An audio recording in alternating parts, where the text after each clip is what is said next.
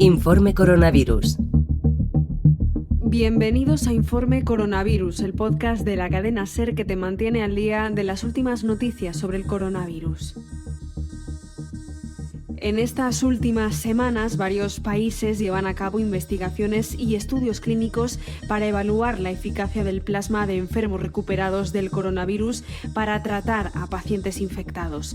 Carlas Francino ha entrevistado a la doctora Carmen Avendaño, una de las coordinadoras del ensayo clínico COMPLAS del Hospital Universitario de Puerta del Hierro.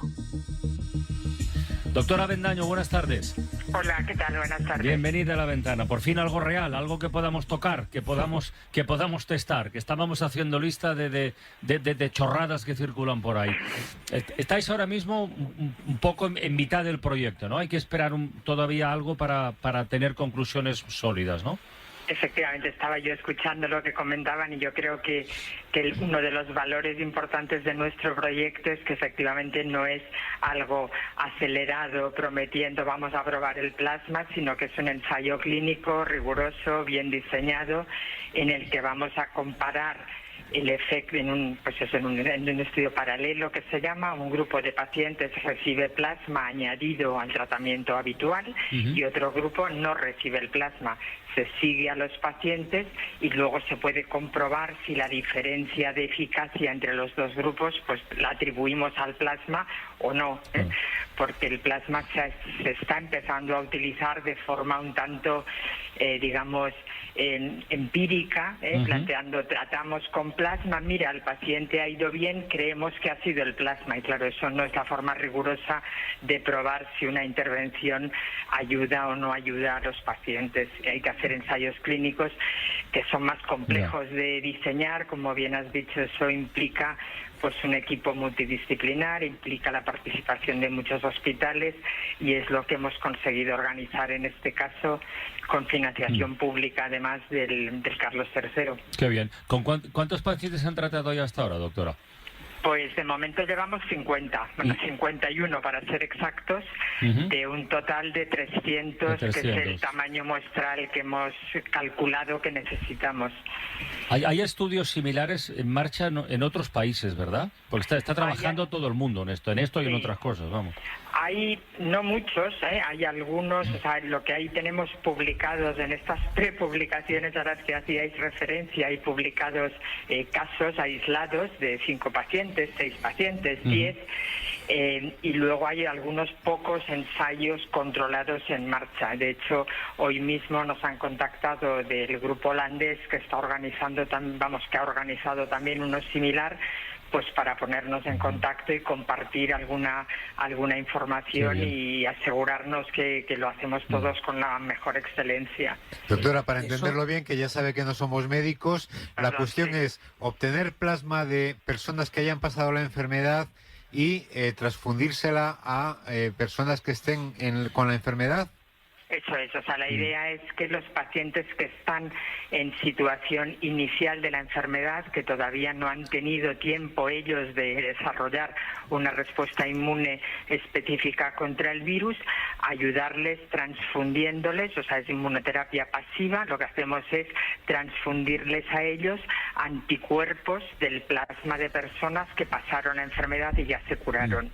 Entonces, la primera fase en este ensayo ha sido la de obtener plasma de donantes, que se verifica que tienen anticuerpos específicos contra el virus, se prepara ese plasma y luego ya en los pacientes que participan en el ensayo clínico, una vez se incluyen, se les asigna al azar a recibir o no recibir plasma. De manera que un mes después comprobamos cuál es el efecto. El estado, ¿no? Pero eso que parece tan sencillo, tan buena idea, tan fácil de decir, hombre, si ya otra gente que lo ha pasado, pues los tenemos aquí, vamos a coger su plasma para introducirlo, conlleva una serie de dificultades y de estudios, pues por ejemplo, ¿no? Todavía no se sabe muy bien cuánto tiempo serán inmunes los que ya lo han pasado. Entonces, eso también supongo, doctora, que influye, ¿no? En saber hasta qué punto el plasma ayudará a los nuevos a salir adelante. Efectivamente. Bueno, primero, ni siquiera estamos muy seguros todavía de cuando nosotros estamos ahora seleccionando plasma con anticuerpos específicos positivos. De hecho, todavía no sabemos cuál es el título de anticuerpos neutralizantes que realmente son efectivos que tiene ese plasma, porque eso requiere toda otra serie de análisis en los que nos está ayudando el Centro Nacional de Microbiología también. Y luego, efectivamente, no es solo ayuda, pero hay que saber ayuda a qué, porque no queremos ayuda a reducir antes los días de fiebre, pues a lo mejor para ese viaje no nos hace falta, ¿no? Lo que queremos es demostrar que claramente evita que pacientes con mal pronóstico, que pacientes que tienen una alta probabilidad de acabar en la UCI intubados o de muerte, que realmente conseguimos salvar a esos pacientes, ¿no? Nuestra hipótesis es que si tratamos a los pacientes en estadio precoz que todavía no han desarrollado respuesta inmune y que tienen mal pronóstico, ahí creemos que el plasma puede tener un valor, y es el tipo de pacientes al que nos dirigimos en nuestro estudio. Pues nada, a seguir trabajando. Doctora Avendaño, muchísimas gracias por este ratito en la ventana y mucho ánimo, ¿eh? Gracias a vosotros. Que vaya muy bien. Más de un centenar de médicos de todo el mundo han hecho un llamamiento a las plataformas digitales para que combatan con mayor energía la difusión de bulos sobre la COVID-19 en la red. Carlas Francino ha entrevistado al director de análisis del Instituto de Salud Global, Rafa Vilasanjuan, y también ha charlado con Marc Amorós, periodista experto en fake news. Rafa Vilasanjuan, buenas tardes. ¿Qué tal? Buenas tardes. Marc Amorós, buenas tardes. Hola, ¿qué tal? Buenas tardes. Marc es periodista experto en desinformación y autor del libro Fake News, la verdad de las noticias falsas. Rafa, tu instituto está en la lista de firmantes. No hace ni un mes, yo creo que hablamos con el propio Marc Amorós de algún gesto que hacía Facebook en el sentido de, bueno, advertir, lanzar algún aviso de que una noticia era falsa, no eliminarla porque no está en su código. ¿Qué ha ocurrido en estos últimos días para que os lancéis a este aviso global tan contundente? Bueno, están ocurriendo muchas cosas, ¿no? Estamos en una carrera tremenda a nivel científico, a nivel de salud pública, a nivel médico, asistencial, y lo que estamos viendo es que existe una capacidad de lanzar y reproducir noticias falsas y reproducir noticias que hacen daño a la salud pública, ¿no? Por ejemplo, pues toda esta corriente, ¿no?, de negacionismo que de alguna manera lo que hace es que induce a la gente a no cumplir las medidas de salud pública que en estos momentos son las únicas que tenemos, ¿no? Y entonces lo que estamos viendo es que hacía falta un esfuerzo conjunto y dijimos, bueno, aquí ¿qué podemos hacer? Y hay dos cosas que se pueden hacer, que se deberían de hacer, ¿no? Y de ahí viene el llamamiento. Lo primero a los directores de estas redes sociales, ¿no? Y hablabas de Facebook concretamente. Bueno, yo creo que en estos momentos, y lo digo porque no me cuesta ningún reparo en decir los que lo están haciendo mejor. En este caso Google, por ejemplo, ¿no? Google sí que desde el inicio del coronavirus, del COVID-19, ya inició un proceso de búsqueda de aquellas fuentes que creía fiables. Luego, en sus búsquedas eliminó dos cosas. La primera, anuncios COVID, es decir, no se pueden pagar anuncios para que tú busques información que lógicamente van a rendimiento comercial, y por lo tanto lo normal es que suele salir la Organización Mundial de la Salud o otras organizaciones como la nuestra y otras muchas cuando tú buscas ese tipo de informaciones, ¿no? Es una práctica buena, pero no es suficiente, y ahí es donde está un poco el llamamiento a todos estos directores de las redes, ¿no? Tienen dos cosas que deberían de hacer. La primera es, a la que se comprueba que una noticia está haciendo daño, que está resultando, además de ser falsa, está generando una serie de rumores, hay que, lo primero, decirle a la gente que la ha recibido que esa noticia es falsa.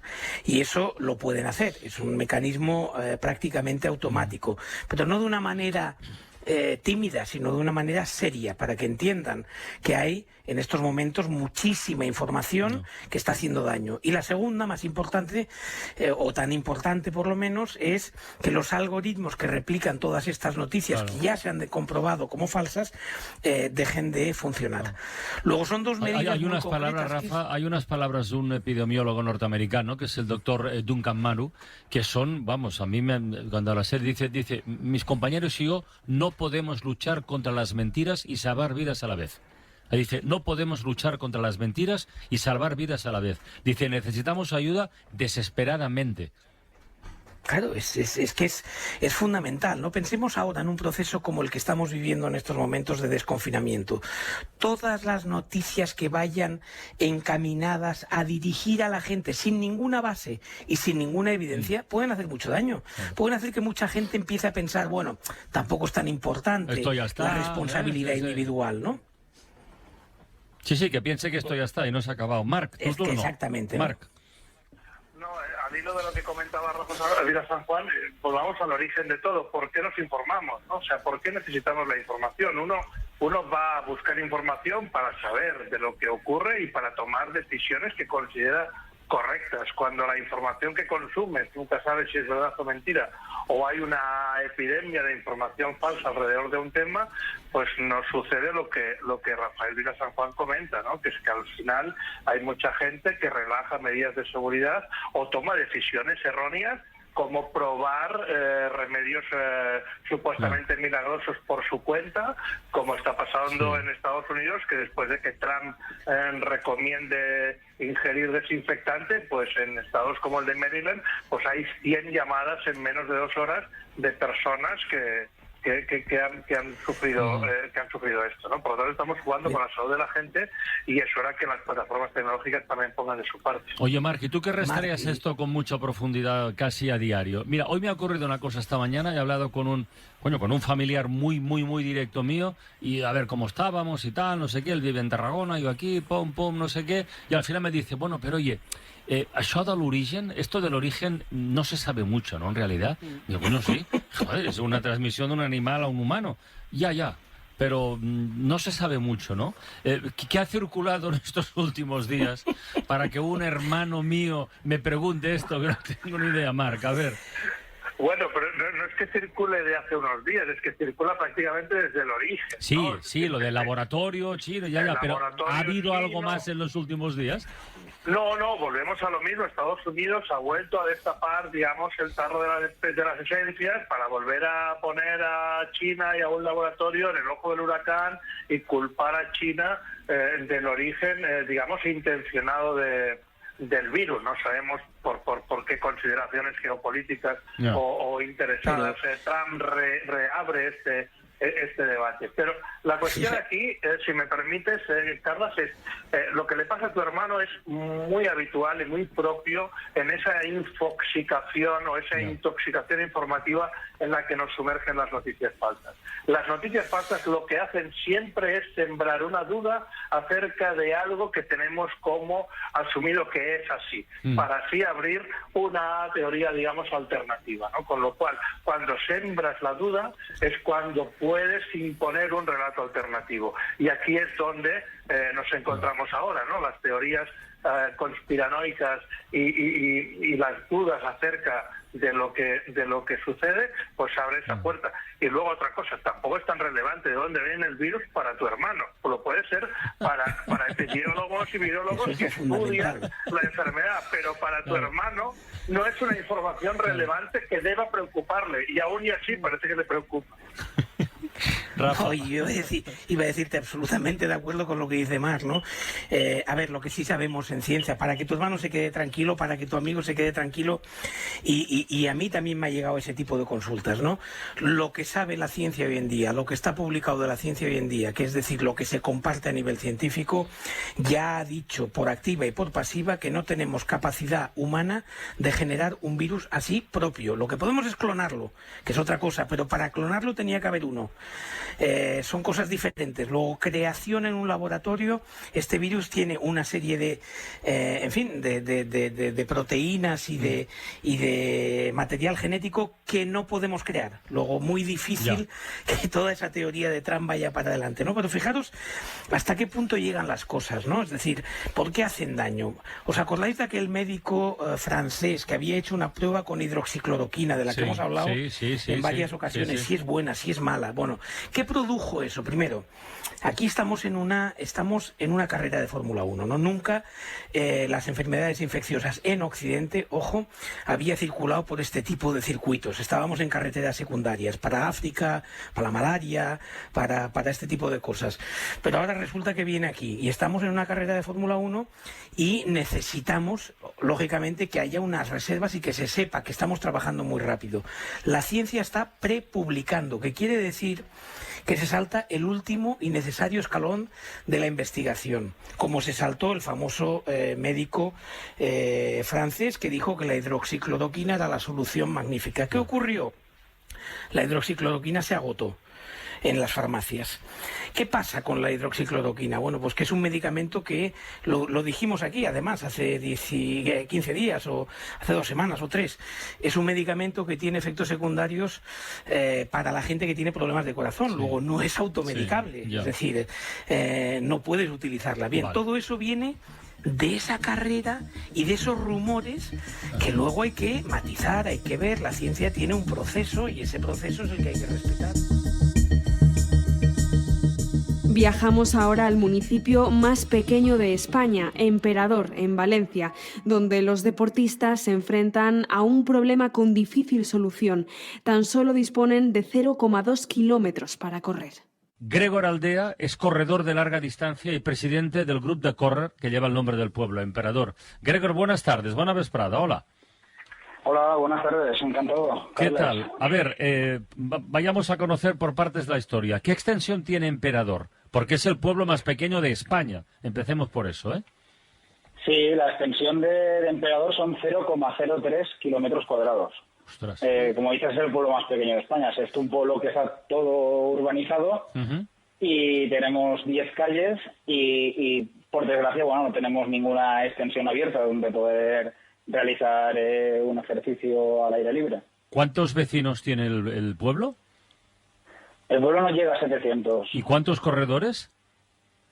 En el grupo de correr somos 60 corredores. Ostras, el 10% casi. El porcentaje es muy alto. A ver, todos no son residentes de Emperador, pero la mayoría sí. Oye, ¿y cómo os apañáis para correr con 10 calles? Bueno, a ver... Bueno, si nos hemos apañado en el pasillo de casa, en una calle se puede hacer, pero claro... Claro, es que el cambio de correr en la terraza a correr en el pasillo o en el balcón ha sido muy grande. Ya. Pero bueno, sí, estos días hemos estado recorriendo el pueblo, hemos hecho una especie de circuito que pasa por todas las calles y nos viene justo el kilómetro, nos viene justo. 1 kilómetro. Así que sí, sí.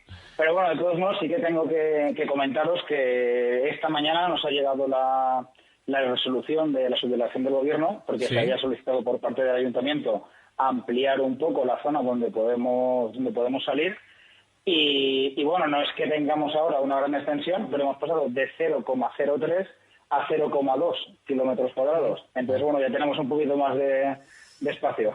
¿No tenéis alguna zona verde por ahí cerquita? ¿Alguna, en fin, algo de campo para...? Sí, claro, o sea, es que estamos rodeados de campos, además. Pero te sales del pueblo, claro. Claro, si salimos al campo, estamos en el municipio de al lado. Tenemos a 20 metros una vía verde, que es por donde la gente suele salir a pasear, a correr, pero claro, no pertenece al municipio. Lo que pasa es que ahora con el cambio de hoy sí que podemos llegar hasta la vía verde y tenemos unos 600 metros de vía verde para poder utilizar. Bueno, con lo que hay que conformarse al final, ¿eh? No queda otra. Aquí es lo que tenemos, pues bueno, lo que decíamos, después de mes y medio encerrados, bueno, pues ya se agradece lo que tenemos. ¿Tú cuántos kilómetros haces habitualmente a la semana para entrenar? Hombre, pues depende un poco de lo que estés preparando, pero bueno, unas 5 salidas a la semana. 5 salidas de qué distancia más o menos? Pues bueno, cuando estamos por aquí, 8 o 10 kilómetros por asfalto, y los fines de semana, que siempre hay un poquito más de tiempo, podemos desplazarnos a la montaña, que tenemos a 10 minutos en coche, la Sierra Calderona, y es donde solemos entrenar para carreras de trail, etcétera. Oye, para la próxima pandemia a lo mejor os tenéis que plantear invadir el pueblo de al lado, ¿no? Os presentáis ahí los 60 corriendo y no sé yo. Sí, eso habrá que... Esperemos que no llegue la siguiente. Muy bien, Gregor Aldea, presidente del Grupo de Corre Emperador. Oye, un abrazo muy grande y a cuidarse, ¿eh? Igualmente. Venga, hasta luego.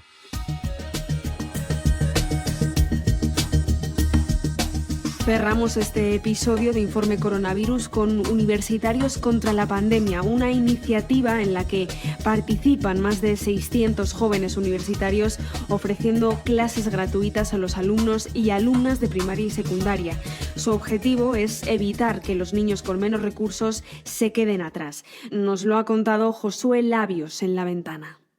Josué, buenas tardes. Hola, buenas tardes. ¿Qué tal, amigo? ¿Cómo estás? ¿Cómo va eso? Pues muy bien, un poco liado ahora con el trabajo de la universidad y tal, pero muy bien, muy animado. Porque todo esto, tu curso, ¿qué tal lo llevas? O sea, de lo tuyo, de lo propio, ¿cómo andas? ¿Tienes por ahí tareas pendientes y eso? ¿Qué? Pues sí, aunque tengamos clases online, dentro de poco vienen los exámenes finales y tenemos que poner las manos a la obra ya. ¿Y cómo te repartes el tiempo con esta iniciativa de Universitarios contra la Pandemia?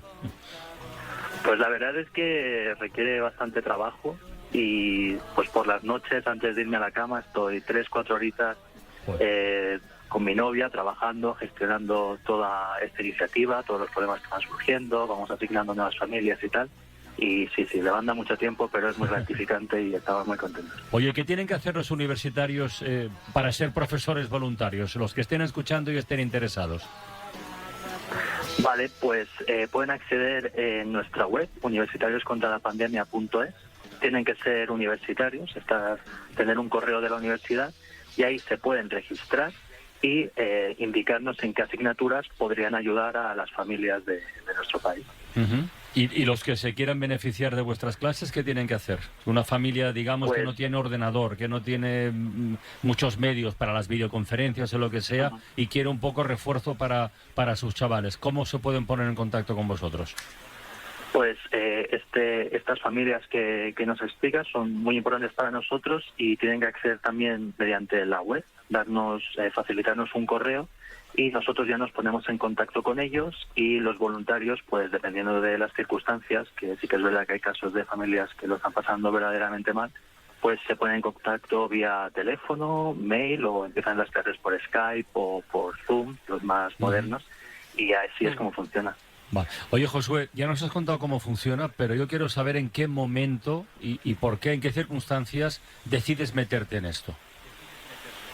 Pues la verdad es que esta idea la tuvo mi novia y dijo, pues mira, ahora que nos han suspendido las clases presenciales, vamos a tener muchísimo más tiempo los universitarios.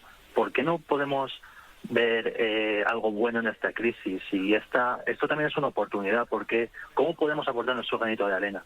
Y pensamos que nuestro país, como consecuencia del COVID, iba a vivir una emergencia escolar brutal, que temíamos mucho que se incrementasen las desigualdades también a nivel escolar, porque no todos los centros disponen de las mismas capacidades, y esto todo ha sido muy rápido, y decidimos pues colaborar, y pues en un tiempo récord, en un día creamos la web, y ha sido brutal la acogida que ha tenido entre la comunidad universitaria. La gente está trabajando muchísimo y estamos ayudando a muchas familias, que era nuestro objetivo. Josué, no quiero tampoco complicarte la vida, pero ¿no será una iniciativa para quedarse? Porque me parece una idea muy brillante esta transferencia de conocimiento, es decir, que los universitarios pudieran ayudar a los bachilleres a los de secundaria a los de primaria. Parece mentira que no se le haya ocurrido a nadie esta idea hasta ahora, ¿no? Sobre todo a los chavales que más lo necesitan, claro. Así es. Nuestro objetivo era que ningún alumno se quedase atrás en esta crisis, pero sí que es verdad que hemos crecido muy rápido y que cada vez disponemos de más asociaciones que colaboran con nosotros, de gente que nos apoya de distintas maneras, y en un futuro pues nos gustaría seguir ayudando en lo que podamos. Así que todavía no nos lo hemos planteado, pero queda abierta la posibilidad. Oye, Josué, ¿y habéis pensado también en incorporar a los recién licenciados? Quiero decir, antes estabas hablando de que tenían que ser universitarios. También esta crisis ha dejado en terreno de nadie a muchos recién licenciados, incluso a algunos a los que les han suspendido las becas para incorporarse al mercado laboral y que también podrían echaros una mano. Sí, ya hemos empezado a recibir solicitudes de este tipo de personas que nos estás comentando, y el primer requisito era tener un correo con el dominio de la universidad para tener en cuenta que son universitarios, pero sí que es verdad que en casos excepcionales estamos asignando a este tipo de voluntarios que quieren trabajar y quieren ayudar en estos momentos, que pues por desgracia no tienen mucho tiempo, tienen muchísimo tiempo y pocas cosas que hacer, pues aportar en lo que pueden. Y sí, ya lo estamos haciendo. ¿Qué te parece, Montse? Mira que tenemos estaba pensando, motivos. Josué, sí. Oye, y estaba pensando, tiene que ser también una experiencia para vosotros única, porque entiendo que no todos dais clase o habitualmente, ni dais clases particulares. Y esa red social que estáis tejiendo con la gente que lo necesita también os sirve a vosotros para entender mejor cuál es el proceso de enseñar, de resolver dudas, lo que es la enseñanza también en una faceta que a lo mejor no habíais descubierto hasta ahora. Totalmente, porque sí que es verdad que tenemos mucha gente que estudia magisterio y que necesita práctica porque es el trabajo que va a desempeñar en un futuro, pero muchos de nosotros pues nunca habíamos dado clase y vemos que poco a poco desarrollamos esta habilidad, y es muy bonito ver cómo la gente va aprendiendo, y también a la hora de gestionar esta iniciativa pues hemos aprendido muchísimo a trabajar bajo presión, a todos los problemas que han ido surgiendo, pues buscar soluciones, y la verdad es que estamos aprendiendo muchísimo, y los voluntarios nos lo dicen a diario, están muy contentos porque están ayudando, pero a la vez la satisfacción personal que reporta esto es enorme. Joder, qué bien. José Olavios, Universitarios contra la Pandemia. Oye, gracias por asomarte a la ventana para contarlo, y felicidades por lo que hacéis, de verdad. Muchísimas gracias. Gracias a vosotros. Un abrazo. Enhorabuena. Impresionante. Has escuchado Informe Coronavirus, un podcast de Cadena SER. Escúchalo en nuestra aplicación en cadenaser.com o suscríbete en tu aplicación de podcast favorita, Alexa o Google Home.